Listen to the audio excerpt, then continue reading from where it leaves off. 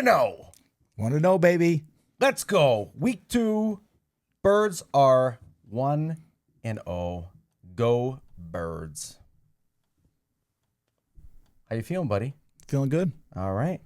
Welcome to episode 5, Cheap Seats and Cheesesteaks. I am Jay Sensi. I am joined by the man himself, Tyler Calvi, and we are here to debrief on week 1, an Eagles victory over the Cowboys, and also prep for week 2 against the Kansas City Chiefs.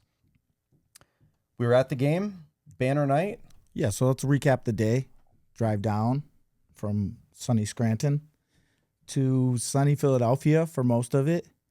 Cheesesteak, Angelo's, the best. I don't know how you top it, quite frankly. That seated roll, man, and they just have an it factor. They have an it factor. This was a long wait. We had to wait about an hour. Found a little Mexican joint to have a few beers before the cheesesteak. Few cerveza. It was very nice. It was good. It was a good day. And so we got to the Link parking lot. What, maybe around 4? Was it 4:30? Something like that. Yeah.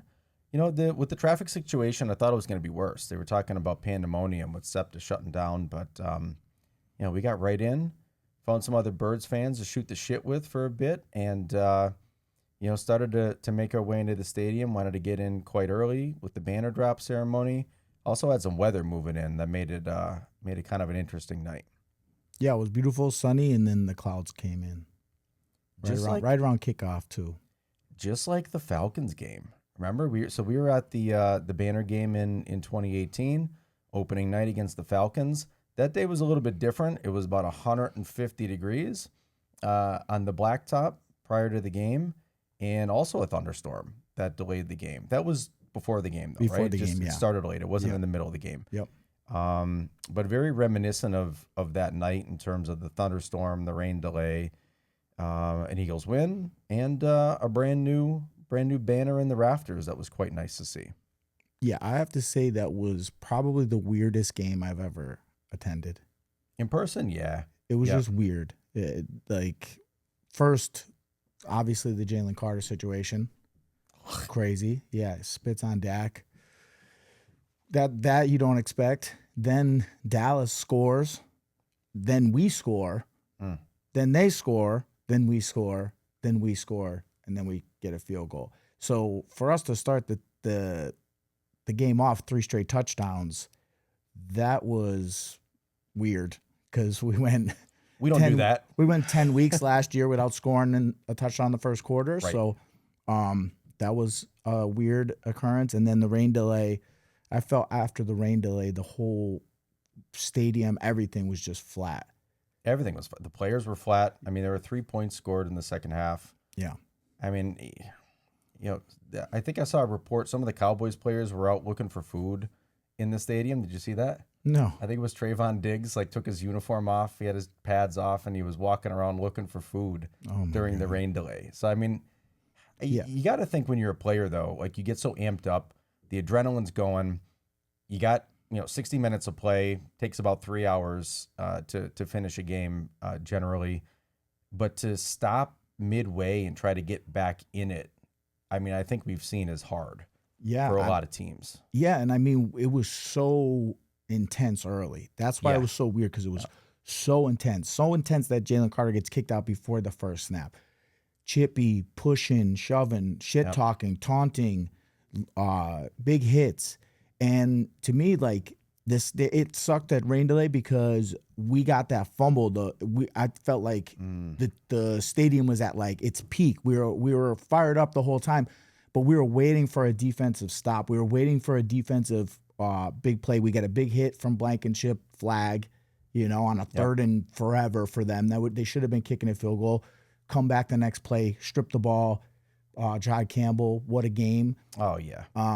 But yeah, for it to go from that to that really sucked, because I was fired up after that fumble, because I was like, okay, now we go down and score, put this game on ice, have this place going rocking crazy, and then that happened, and then a good portion of the people left. Some people left. They thought it was going to be delayed for the whole thing. They thought they were going to postpone it. It could have went sideways from there, right? I mean, it was literally the last play before the rain delay was the fumble. Right. Place was going nuts. And we never got that energy back. And I think part of it, like you said, is a lot of people, and not a lot of people left, but people left. A good amount of people, Enough people left to change the dynamic. And I think at that point, when play resumed at 11:30, I think a lot of people were just over it at that point. We just wanted to run out the game and finish up. I mean, the crowd got back into it, but it was definitely a momentum killer, and that could have hurt. Right before the delay. Shout out to Zach Bond though. Zach Bond saved that game. Absolutely. Running down Miles Sanders. Absolutely. Right? I mean, they score there, and then the delay happens. Yes. That would have been real not good for us. That could have really snowballed our chances with the momentum. He's fast. Faster than Zach Bond was faster than Miles Sanders. I was gonna say he's either that or Miles Sanders is slow. I don't know, man. That was a great play by him. I felt defensively. I thought as the game went on, Vic started to make adjustments. Yeah. I felt, early on, I think we were kind of adjusting to the fact that now the Cowboys have they can play a lot with their protections with the 5-man versus 4-man rush. Right. Because we're not a ton of blitz. We don't blitz a bunch. Right. So without Jalen Carter taking double teams, now you guys can chip and help to whoever the problem is or whatever the scheme calls for, where you could play it more technical than having to just constantly have to double one guy in Jalen Carter. And I felt that changed a lot of it for most of it early. And then as the game went on, I felt the adjustments got better. I felt the cornerback position got better. So that's still a bit of a liability, though, because if you notice, I mean, Adoree Jackson got smoked a bit early, but I mean, CeeDee Lamb is good. CeeDee Lamb is good.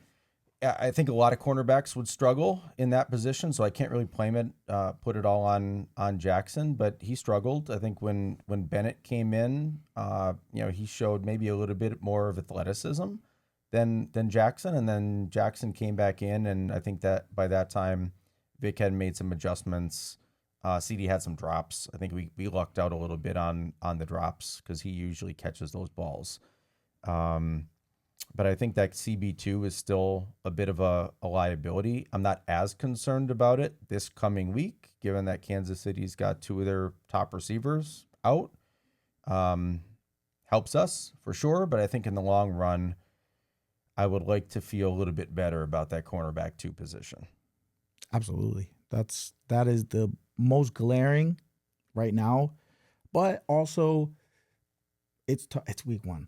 It's hard. It's so hard in the NFL because you watch week 1 and there's so many teams that don't look sharp. There's teams that look the best, and who knows how that's going to last. So I just always look back last year, the Saints first 2 weeks scored more points differential than any other team in NFL history, and we know how that turned out. That's fair. So I'm glad we got the W. Yeah.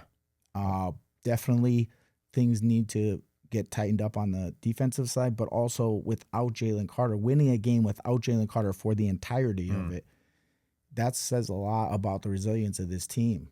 And that goes back to your point, too, last episode, and you're talking about, when we were talking about quarterback 2 being a bit of a liability, when you get that pressure up front, it takes a lot of pressure off of those guys. And I think that changed the dynamic right out of the gates with Carter out and showed some of the liability there. But if Carter's in that game, I think it's a very, very different game defensively. No crystal ball, but like you said, we got out with the win. A lot of things I think the team knows that they can improve on. A week 1 win, really a win in weeks 1 through 4, I'm happy with, just given our tendency to slow start. But not ever in week 1. Jalen Hurts is 5-0 in that's openers. True. That's true. But I hear what you're saying. Early on in the season is, we do usually struggle more, especially on the offensive side of the ball. Yeah, I think Patullo called a pretty good game. I like the play calls for the most part. I think Jalen played an amazing game. I think he's going to get hell for only throwing for 152 yards. The guy finds ways to win. He used his legs. He made smart decisions. He didn't throw downfield a ton. I think we only had one pass over 20 yards. I personally don't give a shit. The guy won. He won.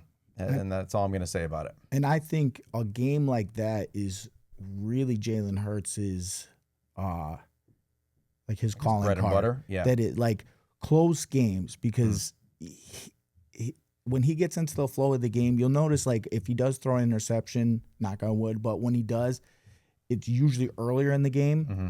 But as the game goes on, he just starts making better decisions with the ball and understanding complementary football. I felt like Patul got a little tight in the second half, I think, but situational football calls for that. Sometimes like it worked out for us because we relied on our defense and our special teams to do the thing, which Britt Mann, great punts. Oh, awesome punts. Awesome punts. Yeah. To keep it out of, what's that? Turpin? Yeah, Turpin. He's dynamic. So we played good situational football, but Jalen is excellent in those moments. I feel like for him to close out games, he can make throws, he can make runs, he can make quick decisions. And I felt he was making quick decisions on that day. I don't think he was holding the ball as long. I think he went through his A and B progression, and then he said, fuck it, let's go, and took off. It looked like how he did in the Super Bowl a little bit. We didn't get the ball pushed downfield. Right. But it was like one look, if it's not there, look two, go. Like he wasn't holding, taking sacks, stuff like that. He was a little more decisive in rolling out and getting out of the pocket and getting to his a good run rather than hold. Last year, I felt he was holding the ball, especially early in the year. He was holding the ball a lot. A little too much. Yeah. Yeah, you're right. It did remind me a lot of Super Bowl Jalen, right? Chip away, small passes, runs when he doesn't have anything easily available. We didn't run a lot. He had Saquon had maybe 60 yards, but I think you could tell the Cowboys were very focused on trying to shut him down. And that's the benefit of having a guy like Jalen Hurts is, you want to stop the 2,000-yard rusher, fine. We got a guy that, takes the snap that can run too, can pass, play smart football and get even, most of the time just get exactly what he needs to just keep the chains moving and keep the clock turning if we've got a lead. Maybe also part of the reason AJ didn't get a lot of targets. I don't know if you think his hamstring might still be a little tender. Yeah, I think that played a part. I think he's maybe a little more reluctant to push it. But I also thought Cowboys had a good scheme. They played zone 100% of the snaps, they said. 100%? 100% of the snaps. Okay. They played, that was a stat I heard. They played 100% zone. So they were over the top. They were not allowing the big play. Right. That was like their goal. But also going back to, we didn't run the ball a lot. We didn't get a lot of rushing yards and production, but we ran the ball a lot. That's fair. I think Saquon had 18. Shipley had a couple until he got injured. A.J. Dillon had a couple. So that's what I always say. You don't have to run the ball effectively, but you must run the ball. Yep. And that still allowed a lot of play action, a lot of collapse into the defensive ends, and then Jalen gets to get on the outside. You must run the ball. You got to commit to the running game. Yep.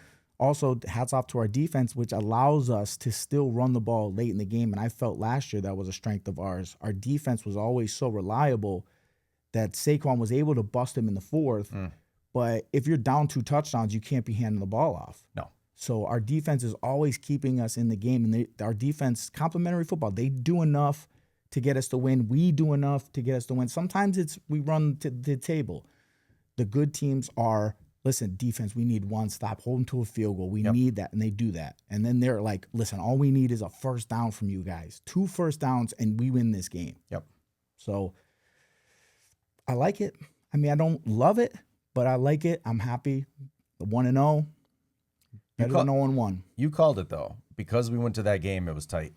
Yeah, I was like, we're talking shit like, oh, it's going to be a blowout. And then we say, we're just like, we're going to this game. So it's going to be fucking weird, and it's going to be tight, and we're going to be sweating to the end. Late night, honestly. What time did we get out of the stadium? 1:30? Yeah. And then By the time we got home, it was like 4:30 in the morning. I was yeah. like tripping out driving at one point. I was like, I need some energy, 5-hour energies. Yeah. But great win. You know what? Listen, the drive's a lot better on a win than a fucking loss. If we lost that game, so there's no such thing as a pretty loss. So I'll take an ugly win. I don't care. Week 1, tough opponent, divisional opponent, rivalry. It had all the makings of a fucking, I don't want to say trap game, but a letdown game for sure. Yeah. Mm-hmm. You know, Dallas was coming in playing with house money. Everyone's talking shit on Dallas. Nobody's really, hats off to them. I thought Dak played excellent. Yeah. There was a couple of sacks that we should have had that he broke out of. I could see Dak having a big year, honestly. He looked great in shape. He's already into his mind games. Yep. For him to get Jalen Carter kicked out, I got to say, hats off to him, because if you're going to get anyone kicked out of the game, that's the fucking guy. Yep. Holy shit. You got to be smarter, though. If you're Jalen Carter, man, you got to be smarter than that. We talked about that, though. We're on our ride down. We were saying how, we love him because he's on the edge. He's like, is he going to kill somebody on the field before the whistle? Is he going to attack someone after the whistle? That's what makes him so good. It makes him good. Once in a while, he tips over that line. But he goes over that line, and it could cost us a big game. Yep. And it almost did. And I hope he learns from this. I hope he doesn't get roped into stuff like this again. Last year, I felt there were a couple games where the Steelers game in particular, he threw like a punch at someone's helmet, kind of like a palm to the helmet. It was a flag, but thank God the punter caught, or the kick returner, punt returner caught the ball first. So it wasn't a... It wasn't ejection. Not ejection. It would have been a first down for them. Yeah, correct. But correct. We caught the ball. He did it after the catch, so we're on offense. So now it was just a 15-yard penalty from the offensive side of it. But if he threw that head palm slap, Steelers get a first down, and now we don't get that 10-minute drive to win the game. They get the ball first down and within striking distance of beating us. Yep. So there's a couple times where he's got to just dial it back, but. I hope he goes off. I hope he learns his lesson. I hope he takes this and just we talk about how historical this year was for him, and we say, man, remember he didn't even play week 1 because of that stupid thing. Yep. So go Put Birds. it behind us. Go Birds. Go Jalen. Doesn't sound like, as of today, Tuesday, that the NFL is going to take disciplinary action. I'm going to knock on wood with my functional arm here. Sirianni says they're going to handle discipline in-house. I'd be shocked if they sat him for any portion of the game. I think if I'm Nick, I tell him to wise the fuck up and don't do that shit again. And let's learn from it. Let's move on forward. But it's probably a stark warning, if anything. I hope. Yeah, we can't. I want him to play. Yeah, we can't have that though. We need him. On to week 2. Week 2, to Kansas City we go. Rematch. Let's go. We won in Kansas City last time we played there. We smoked them last year in the Super Bowl, earlier this year in the Super Bowl. They're down a couple key receivers. I think that plays into our strengths or our lack of strength in the cornerback position. How do you feel? They dropped their game. I mean, the Chargers looked good Friday night. Yeah. They dropped their game in Brazil. How do you feel about this game coming up? What do you like and what do you not like? I don't like Mahomes if our defensive backs are not dialed in. Yeah, because he can make a mess of it. But them being down offensive players the way they are, it's going to be interesting to see if our defense can, get right, capitalize. Yeah, get a get right game after. I mean, we played great in the second half, but it would be good for us to get out there. Hopefully, Jalen Carter's playing. And I hope he makes a mess of things. But I think the Chiefs are prime. They didn't look that good. Defensively, they didn't look good. That was the biggest thing. Like, they looked like they lost a couple. They talk about us losing pieces. They lost Justin Reed. They lost a bunch of guys. So, I don't know, man. I think the Chiefs are primed to get beat. I feel like Taylor Swift sucked the soul out of Travis Kelce and the Chiefs for all they're worth on her way to a Super Bowl halftime show. But, she used the Chiefs as the blood sacrifice to get there because she was like, we're good. We're good. Because they look depleted. They look depleted. They don't look as sharp as they have. I mean, it's only week 1. Yeah. But I don't know. I feel it's prime. I think it's time for the Chiefs to miss the playoffs. Ooh, bold prediction. I think that division's much. It's a tough division now. Yeah. Much improved. Yeah. So Chargers look like they came to play. I wouldn't be mad about the Chiefs having a demise and us being the reason that it started. You could blame Taylor. I'm going to blame Philadelphia Eagles defense. Well, we helped a little bit. But yeah, I feel like they're prime. I feel like they're prime to be beaten. I think we have a lot to prove still. I think we make a couple adjustments, and I think key additions too. We got that pass rusher from the Lions. Yep, and we traded for that running back, right, from the Jags, Tank. Yeah, love the name. Yeah, I don't know much about him. Yeah, but so it means Will Shipley's probably being there. Which hats off to him, he played well. He did. Like he's like a little bit more tough version of Kenny Gainwell. Yeah, like he's quick, catches the ball good out of the backfield, but he's not afraid to run through people's faces. Right. So hope he's okay. But yeah, that indicates he's probably banged up for a couple weeks. Yeah, I mean, we'll see how he does when he comes back. Obviously, we want Saquon to stay healthy, but I think this Tank guy is pretty solid. It seems. AJ Dillon looked pretty good in week 1. To share the rock a bit, I expect us to score points against the Chiefs. I expected, I don't know that I expect a defensive stand like we saw in the Super Bowl. I would love that, obviously, but I still think the defense has a couple holes in it that hopefully Vic plugs this week. I don't expect the Chiefs to score a ton of points, probably more than they scored before the garbage time touchdowns in the Super Bowl. I don't see us having a problem hanging 28 or more, though. No. Prediction? All right, you first. 34-24. 34-24. I'm going to go 31-27. Oh. I'm going to go 31-27. One possession game. I don't know if I can handle that. Dude, they're all one possession games at this point. That's true. Right? Most of the NFL is. And like you said, we thrive. We thrive in those close games. I think Jalen comes and has that it factor when the game is tight. Not that he doesn't have it when the game's not tight, but there's just that extra little emphasis when we got a one possession game. I hope I'm wrong. I hope it's 48-6.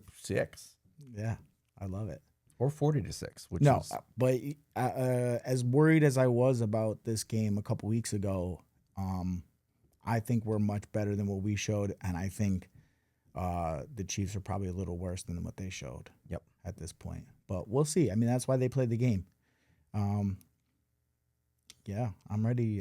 I'm excited for this one. This was 4:00 East Coast time. 4:25. Yeah, 4:25. So prime time. Game of the week. Middle of the day. Game of the week. Rematch of the last 3 Super Bowls. Right? 3 Super Bowls ago? 2? It don't matter. 2 of the last 3. 2 of the last 3, yeah. Yep. Yeah. I think we win. No matter what, regardless of what the score is, I think we come out with a W, and then we got to get ready for the Rams. The Rams. You think Howie makes any? You think he's making some cornerback inquiries? I mean, he makes a lot of calls. I mean, yeah. I would think so. This week will for sure show. Yeah.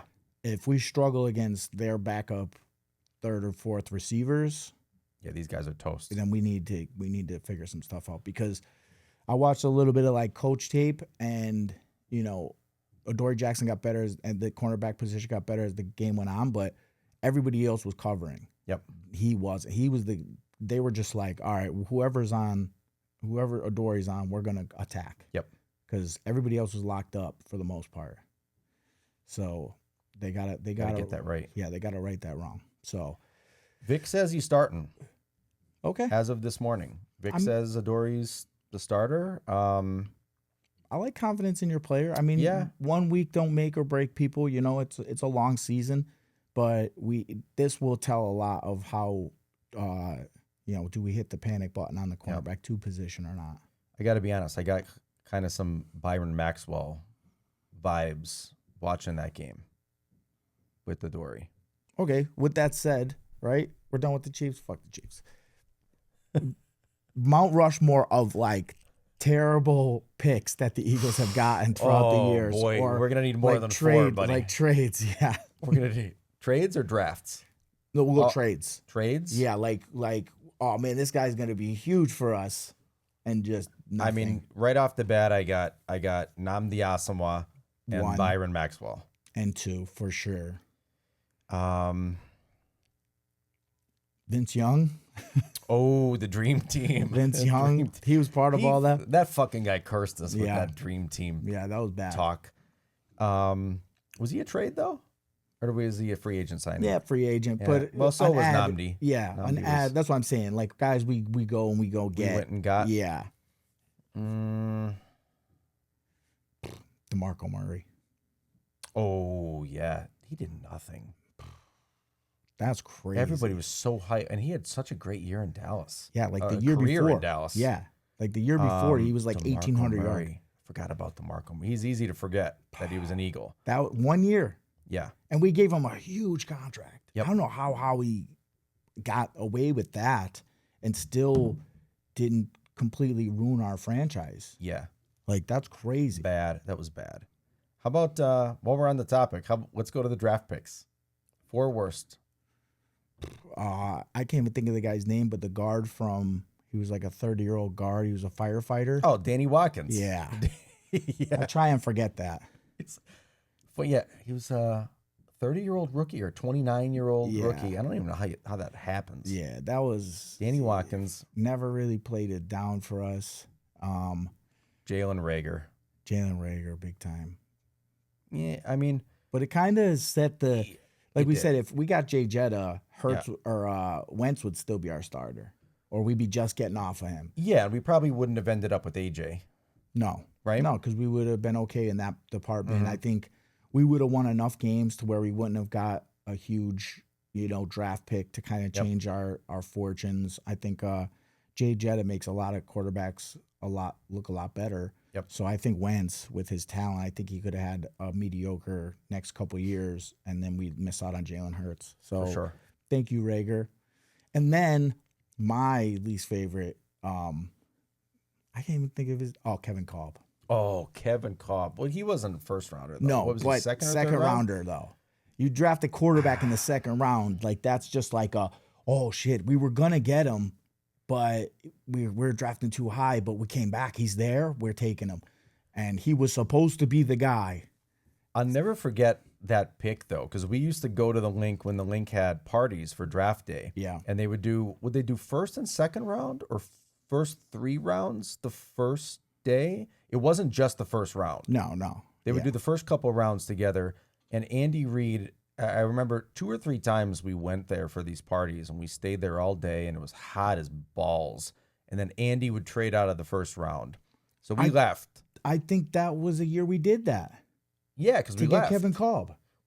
We left. And on the ride home, we were listening to the radio. Yes. And they said with the Eagles. So he was a first-round pick, basically. He was our first pick. He was our first pick. Yeah. Yeah.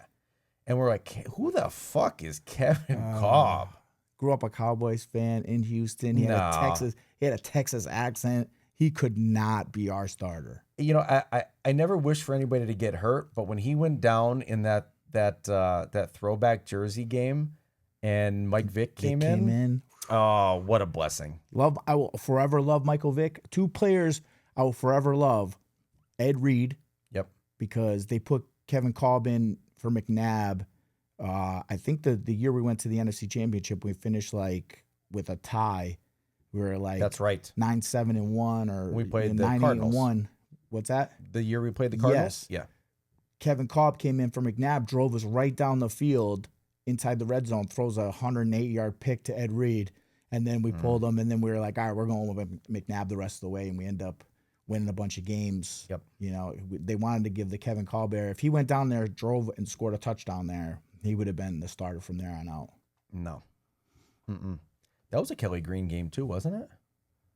Or was that the game where we wore the yellow and blue? No, we played awesome in that game.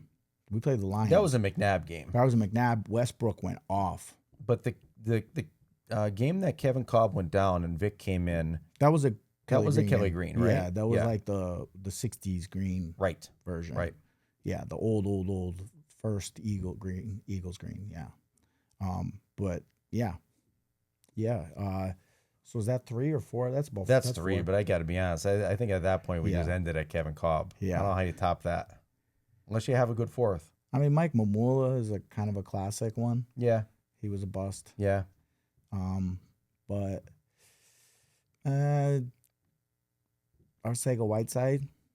Oh my goodness. He was a second rounder and we loved him. We gave him so many opportunities. I don't even want to talk about that guy.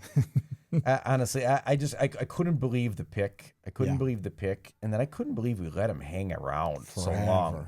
Forever. He just showed nothing after nothing after nothing. Yeah. And we just fucking let that guy make the team. Big body, couldn't catch nothing, didn't want to block. Yeah. Yeah, that was not one of our better picks. Did he even play after he left the Birds? I don't think so. I never Anybody heard of him pick again. him up? I never heard of him again. Yeah, he shouldn't. He shouldn't. Neither should Rager. I think he's out of the league too. Good riddance. Yeah, that was a rough one. All right, buddy. Well, I'm fired up for Sunday. Let's go. 4:25. Birds, hopefully, beat the Chiefs again. Again. Same calendar year. And as always, go Birds. We'll see you next week. Go Birds. Dickhead. I need